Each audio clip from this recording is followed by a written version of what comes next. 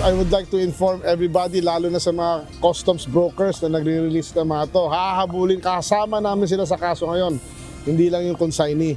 Binalaan ng Department of Agriculture ang mga consignee, maging ang mga customs broker ng mga nasabat na puslit na sibuyas at mackerel na posibleng sila ang unang masampahan ng kaso sa ilalim ng bagong batas na Anti-Agricultural Economic Sabotage Act.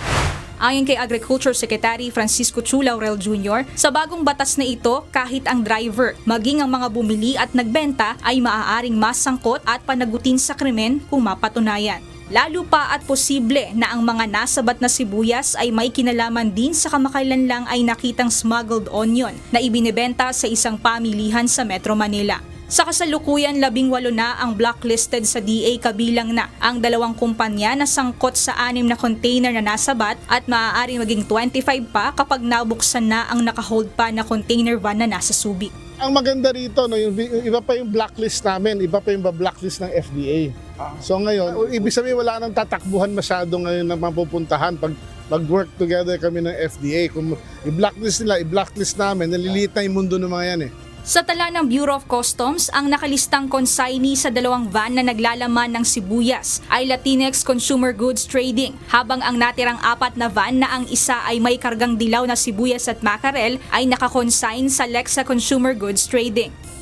Bukod dito sa 6 na container na naglalaman ng smuggled na puti at pulang sibuyas kasama nitong mackerel, mayroon pang 59 na mga container ngayon na inihold doon sa Subic para naman maging subject din for inspection.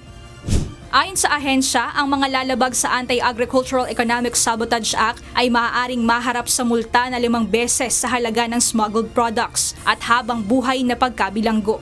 Of course, may violation din ng Customs Modernization and Tariff Act, yung sa amin naman, for illegal importation, which carries with it imprisonment doon also.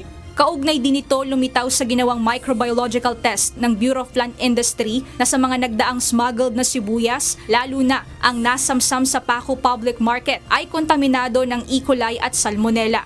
May posibilidad umanong ang mga bagong nasabat na produkto ay kontaminado rin. Gayunman, target pa rin ng DA na maisailalim sa test ang mga nasabat na sibuyas at mackerel upang masuri kung ligtas pa ang mga ito na kainin. Mia Alonso, UNTV News and Rescue. Diyos ang aming sandigan, serbisyo publiko ang aming pinahahalagahan.